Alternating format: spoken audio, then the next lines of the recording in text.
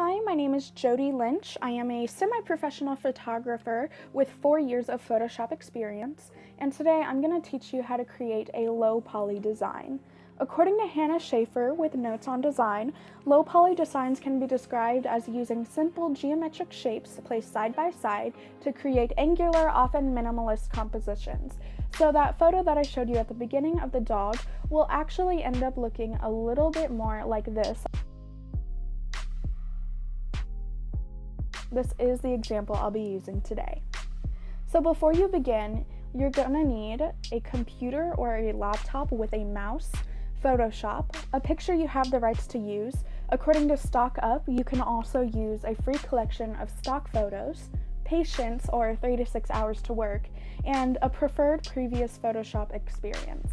I added that last step because semi-professional photographer based in Indianapolis, Hannah Pribick, has described this particular project as an 8 on a difficulty scale of 1 to 10, with 10 being the most difficult.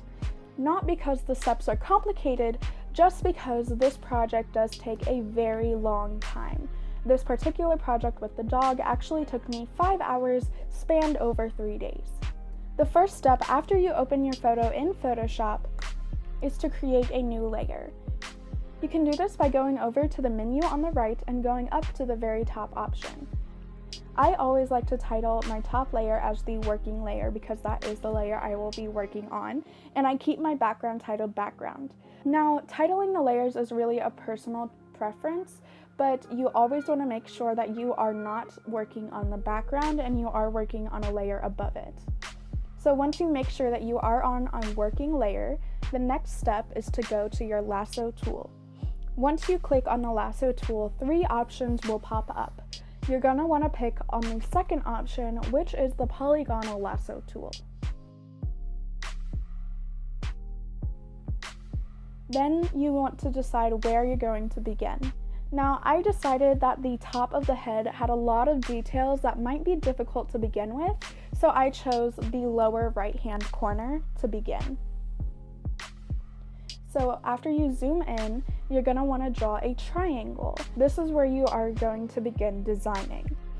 So I always start with a rather large triangle in the lower corner, and since we're on the edge of the photo, we are going to go over the edge just a little bit to make sure that the triangle reaches all the way to the edge of the photo. The next step is to go over to your gradient tool and double click to pull up another menu. You again want to choose the second option, which is the paint bucket tool. Once you've chosen the paint bucket tool, go down to your color selection and use the eyedropper tool that pops up to choose a section inside of the triangle that you previously selected. You want to choose a color that is going to represent the entire triangle. And use the paint bucket tool to fill in that triangle. And that is it.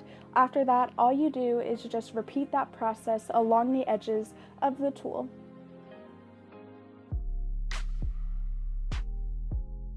So there are a couple things to avoid in this process.